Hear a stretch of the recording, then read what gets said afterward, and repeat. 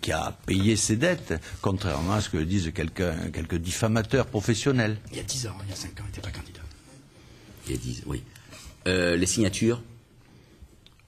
Bon, c'est un débat qu'on entend tout le temps. Alors, il nous est tout le temps posé à nous, journalistes, dans les déjeuners, les dîners, tout ce que vous voulez, ou quand on fait nos courses, en disant que ce ne serait pas très démocratique que Jean-Marie Le Pen, par exemple, n'ait pas les 500 signatures. Alors, j'espère que Jean-Marie Le Pen aura ses signatures, j'espère que Besancenot aura ses signatures. Je crois qu'il y a des grands courants dans la société française. C'est la phrase de Voltaire que vous évoquiez tout à l'heure. Jamais je ne voterai Jean-Marie Le Pen.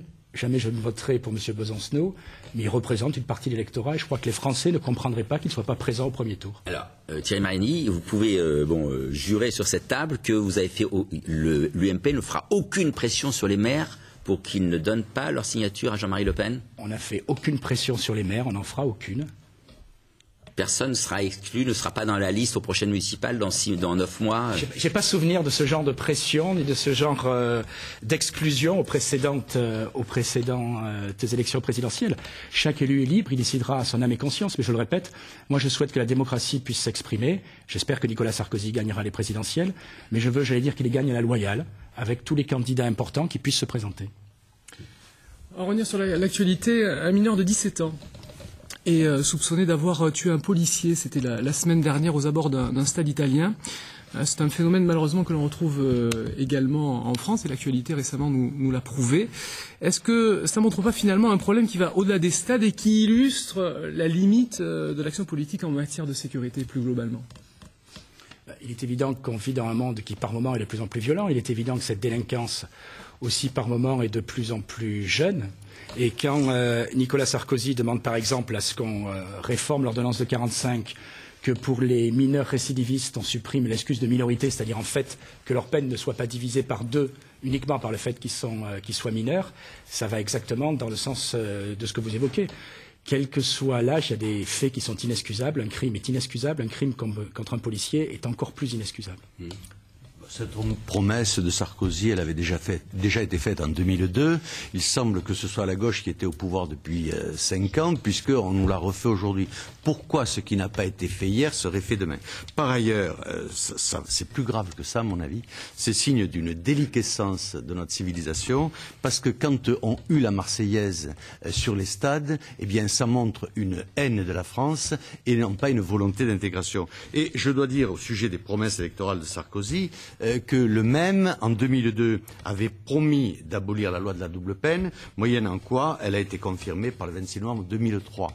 Et la double peine, c'est quand même la moindre des choses. Ça dit d'une manière très claire aux étrangers que quand on est en France, on doit respecter la loi de la France et que si on ne respecte pas la loi de la France, on retourne dans son pays. Alors, excusez-moi, il y a une chose que je ne peux pas laisser passer.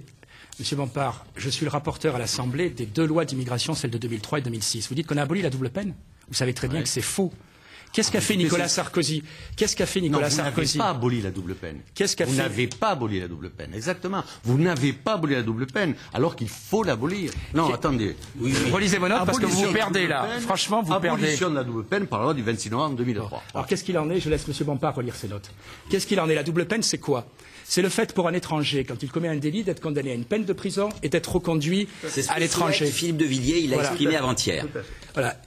L'immigration, c'est pas blanc ou noir. Je veux dire, c'est pas simple. Moi, depuis 5 ans, je travaille sur ce sujet à l'Assemblée et je vais vous poser une question très précise, Monsieur Bompard. Qu'a fait Nicolas Sarkozy? Il a défini 4 catégories d'étrangers auxquelles on ne pouvait pas appliquer la double peine. Parce que, par exemple, quand vous avez un étranger qui est marié à une Française, quand cet étranger a 4 enfants, qu'est-ce que vous faites à la fin de sa peine de prison? Vous privez 4 enfants français de leur père et une épouse française de leur père. Ce ne sont pas que des Français, ce sont des binationaux. Parce qu'il y a en France une catégorie spéciale de gens qui sont les gens qui ont double avantage. Ils sont à la fois étrangers et français. Eh bien, ceux-là doivent 2 fois plus respecter la loi française que les mononationaux. Parce qu'ils ont une nationalité de repliement.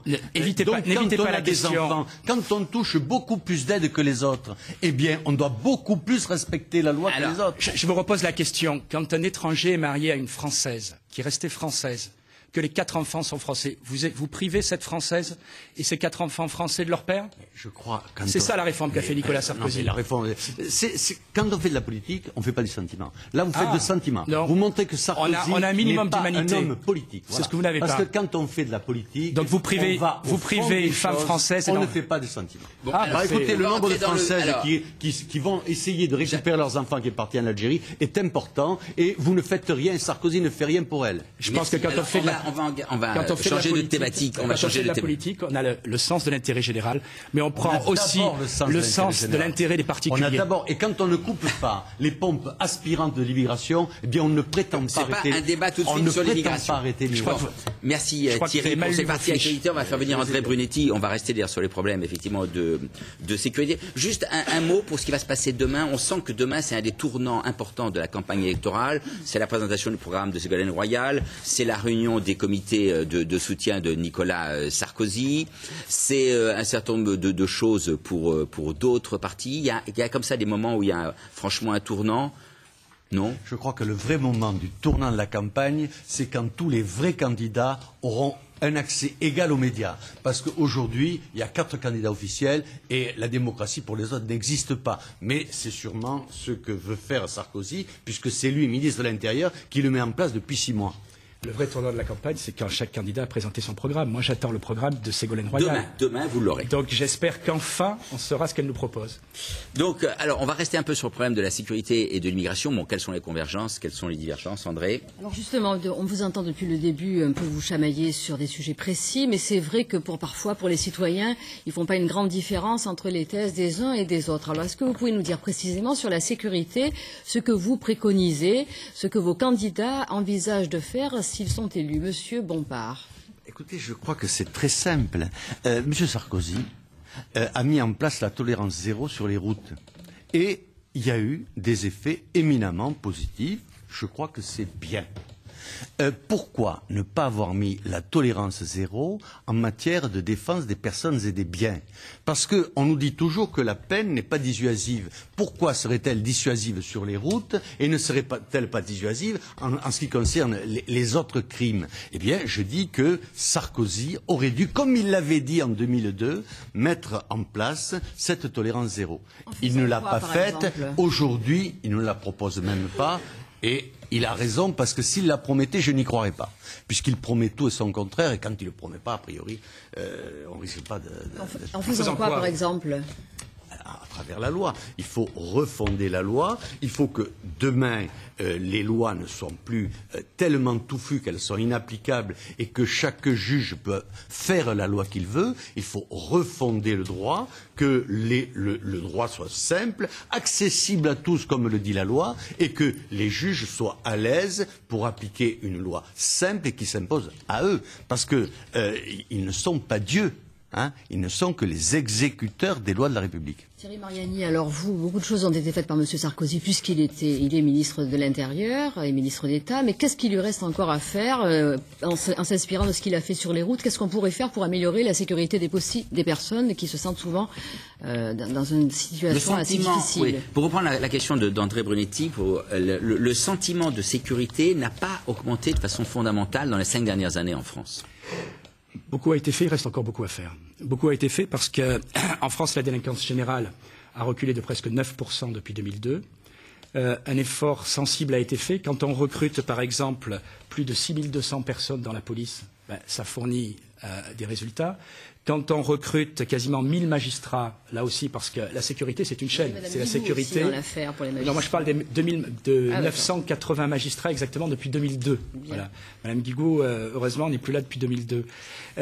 Donc, quand on recrute 6000 policiers, quand on recrute 1000 magistrats, ça renforce la chaîne de la justice. Il fallait avant tout renforcer justement cette chaîne sécurité-justice, c'est ce que nous avons fait. Deuxièmement, je pense qu'il fallait aussi changer un certain nombre de lois, ce que nous avons commencé et bien commencé à faire. Je rappelle que la première loi que nous avons votée en 2002, la LOPSI, et à l'époque Christian Estrosi en était le responsable pour l'UMP, eh bien c'est cette loi justement qui a contribué à donner plus de moyens. Qu'est-ce qu'il faut faire demain? Demain, il y a un certain nombre de choses qu'il faudra modifier, j'en cite 2. Par exemple, nous disons très clairement que nous voulons aujourd'hui supprimer l'excuse de minorité pour les mineurs récidivistes. C'est ce que je disais. Sur ça, la réforme des ordonnances de 45.